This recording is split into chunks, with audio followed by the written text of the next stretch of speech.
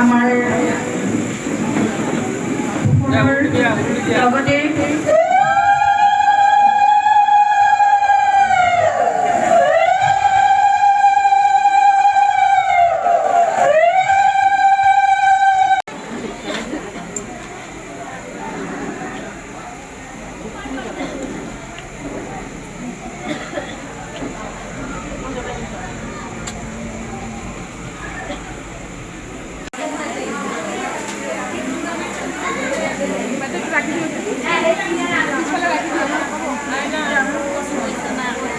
এখানে এটা আছে চুজিৰে বিভিন্ন ইয়াত কেক হয় আৰু এইটো পনীৰ হয় পনীৰ হৈ যাব সালাদ হয়। 2018 চনৰ পৰাই এই পচন মাহ আমি আৰম্ভ হয়।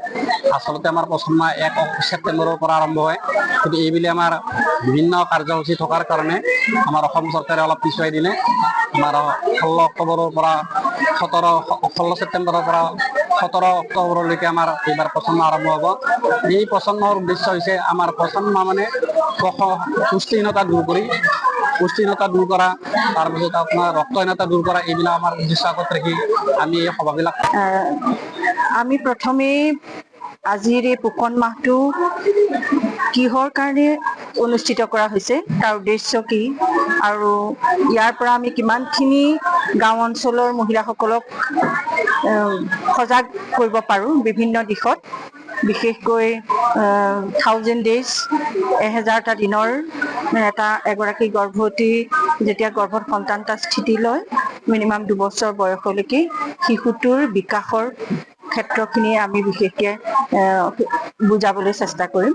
আৰু লগতে আমাৰ মাজৰ পৰা হেৰাই যোৱা বিভিন্ন শাক পাচলি যিখিনি আমাৰ কুৰুচিপূৰ্ণ বা মহিলাসকলে খোৱাৰ পৰা বহুত উপকৃত হয় বা পুষ্টি পায়, তেনেকৈ ধৰণৰ খাদ্য সামগ্ৰীও আমাৰ ইয়াত এখন প্ৰদৰ্শনী বা প্ৰতিযোগিতা পতা হৈছে।